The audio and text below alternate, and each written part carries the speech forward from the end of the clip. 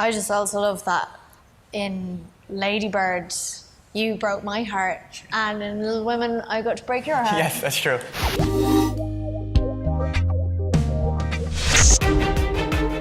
I think it's as important to tell Little Women right now as it would be at any point in our lifetime, really. It will always be relevant because it's a very domestic, intimate world that's part of a much, much bigger world that's going on outside.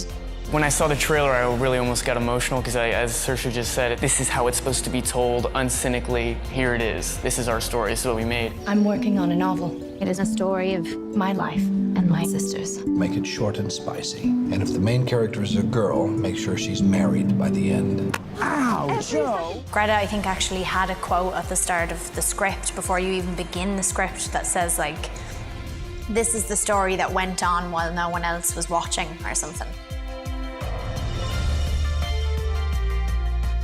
I've always found it very exciting to work with him because he kind of keeps me on my toes, and I'm never quite sure like what he's gonna do next. Because these two characters as well, like physically they need to be very comfortable with one another. They like literally are like, you know, intertwined for half the film. So if you're doing that with someone that you hate, you'll know, like you can see it. When you know someone, you're actually friends with them. We're not Makes friends. it easier. Yeah, we're not friends. We're not friends. I don't know who told you that. I want to apologize. We're not friends. You know, it's Greta who organized the ship, but it's really like Saoirse who brings that freshness, that urgency, that like timeless energy or something, and feel like in whatever book I write for myself when I'm older, like to look back on. Like, Will I have like a chapter? Yeah, a chapter of Saoirse. Chapter One page. 12. No, I'm kidding. Chapter 12. A single page. I scorched my dress, and Meg told me to keep still so no one would see it. I have an idea of how we can manage.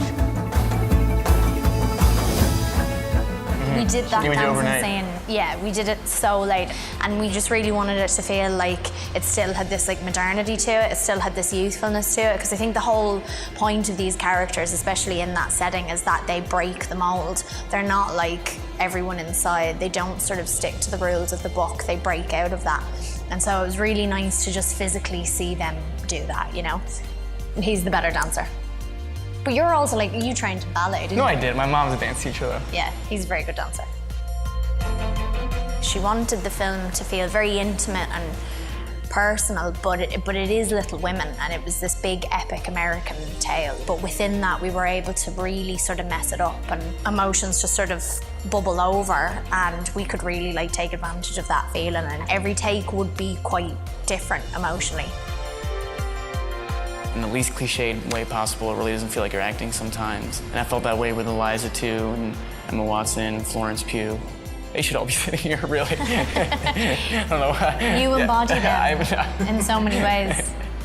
I mean, I think right now, obviously, with the sort of like landscape that we have now in film and TV and just in pop culture, there's much more of a sense of like camaraderie with girls and the bonds between women, and also how men exist in that world as well, and how we all sort of interact when it is like this. When, you know, what's so lovely about Little Women is that all of the men in this story love the women and only want to sort of support them and adore them and be with them and spend time with them. And so it's a story that's really sort of full of love and support, and that will always be relevant.